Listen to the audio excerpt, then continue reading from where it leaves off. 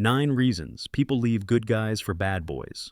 Sometimes it seems like a universal mystery. Why do so many people, despite saying they want a nice partner, end up drawn to the so-called bad biz instead of the good guys? Today we're breaking down not just one, but 9 psychological, emotional, and biological reasons behind this phenomenon. Get ready to understand yourself, your friends, and the dating world in a whole new way. Number 1. Good guys create safety, but little spark.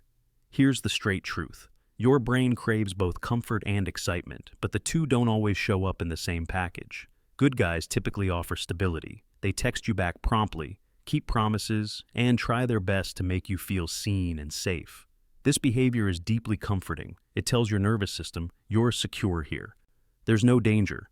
But humans evolved to seek not just safety, but also stimulation. The very things that make good guys reliable, predictability, consistency, routine, can also mean there's less adrenaline, less of that electric, can't-sleep energy often associated with the beginning of romance. Bad boys disrupt that stability with a surge of novelty and intensity. Your emotions get triggered, your heart rate goes up, and suddenly you feel alive in a way that's both thrilling and mysterious. This isn't just about thrill for thrill's sake. It's about your brain's reward system, which sometimes confuses anxiety or anticipation with affection. Number 2. Bad boys are more decisive and assertive. Let's dig deeper. Decision-making and strong opinions signal something powerful to your subconscious. When you encounter someone who knows what they want and moves confidently toward it, it registers as alluring. You feel pulled by their sense of direction.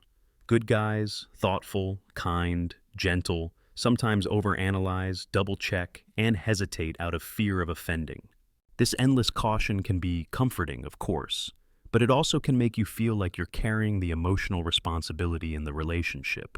On the other hand, assertiveness, when mixed with respect, not aggression, communicates strength and certainty.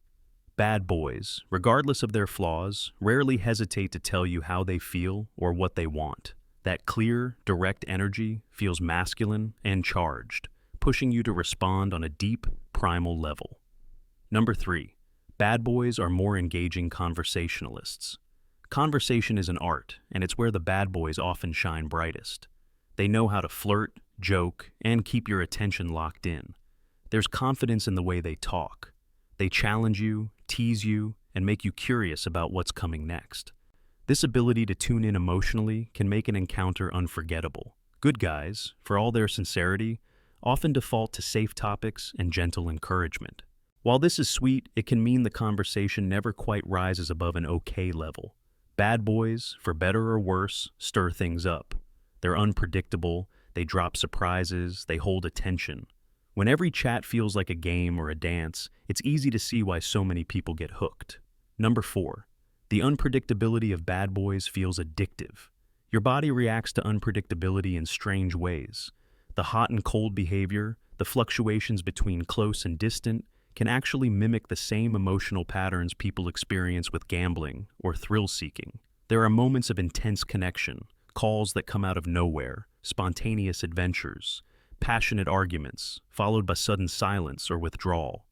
These riveting highs are separated by crashing lows, and your brain starts to chase the next surge. Good guys, by comparison, deliver emotional constants. There are no emotional cliffs, just gentle hills.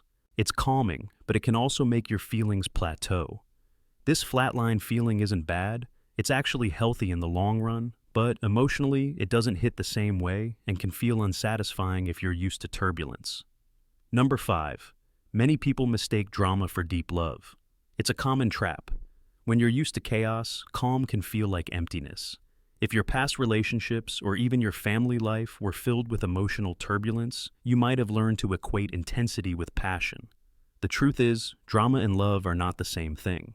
Drama is the constant push and pull, the arguments, the jealousy, the emotional roller coaster. Love, on the other hand, is about trust, respect, and genuine connection. But when you're wired to expect fireworks, the steady warmth of a good guy can feel like a lack of chemistry. You might start to believe that if you're not feeling on edge, you're not truly in love.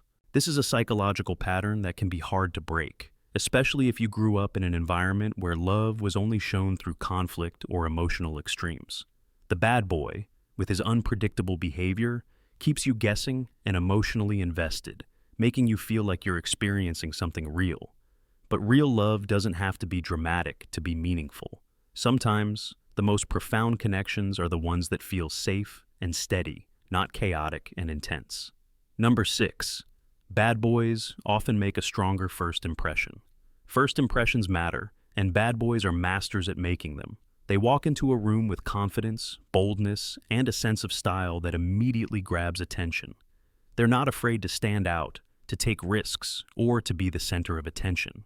This self-assuredness can be incredibly attractive, especially in the early stages of dating. Good guys, on the other hand, often invest less in their appearance or in creating a vibe.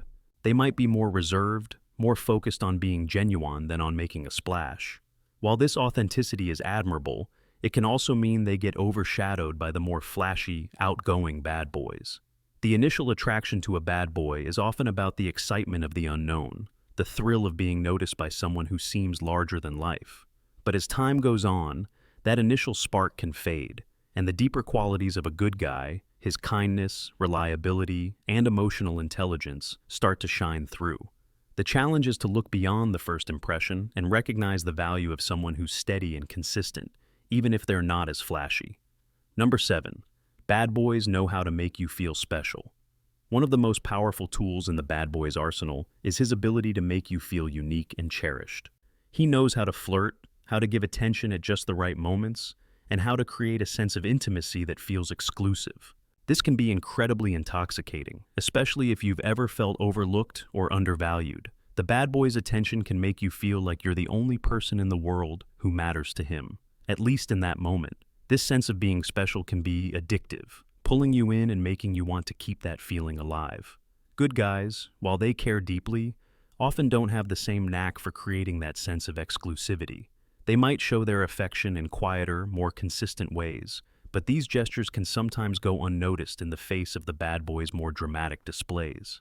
The key is to recognize that feeling special shouldn't come at the cost of your self-worth or emotional well-being. True love is about mutual respect and genuine connection, not just fleeting moments of attention. Number 8. Good guys think being nice is enough, but lack attraction. Kindness is a wonderful foundation for any relationship, but it's not enough on its own. Many good guys fall into the trap of thinking that if they're just nice, caring, and reliable, they'll naturally attract and keep a partner. While these qualities are important, they don't always create the kind of attraction that keeps a relationship exciting and fulfilling. People also need personality, depth, direction, and initiative. Good guys often focus so much on being good that they forget to cultivate their own interests, passions, and sense of adventure. This can make them seem one-dimensional or even boring over time. Bad boys, for all their flaws, often have a strong sense of self and aren't afraid to pursue what they want. They bring energy, excitement, and unpredictability to the table, which can be incredibly attractive. The lesson here is that being a good guy doesn't mean sacrificing your individuality or passion. To truly attract and keep someone, you need to be more than just nice. You need to be interesting, dynamic, and engaged with life. Number 9. Good guys give too much and lack boundaries, lowering their value. Here's a hard truth. Too much availability can reduce attraction. Good guys often make the mistake of over-caring, over-texting, and over-pleasing. When someone always says yes, never sets limits, and constantly prioritizes you without self-respect, it unintentionally lowers their value in your eyes. Attraction thrives on a balance of closeness and distance, mystery and respect. Bad boys often maintain boundaries by keeping their distance emotionally or physically, creating magnetism. This posture suggests they have a life beyond you, making their attention feel earned and precious. Good guys who learn to set boundaries, hold their ground, and embrace their own worth can become incredibly attractive without losing their kindness. In the end, attraction is a complex mix of biology, psychology, and personal experience. While bad boys may ignite intense emotions and adrenaline, the steady kindness of good guys builds lasting trust and security.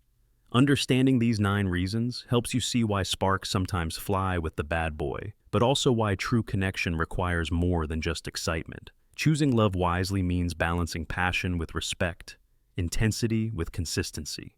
Remember, What you truly deserve is a partner who lights up your life without burning you out. Your heart deserves both safety and fire. That's all for today.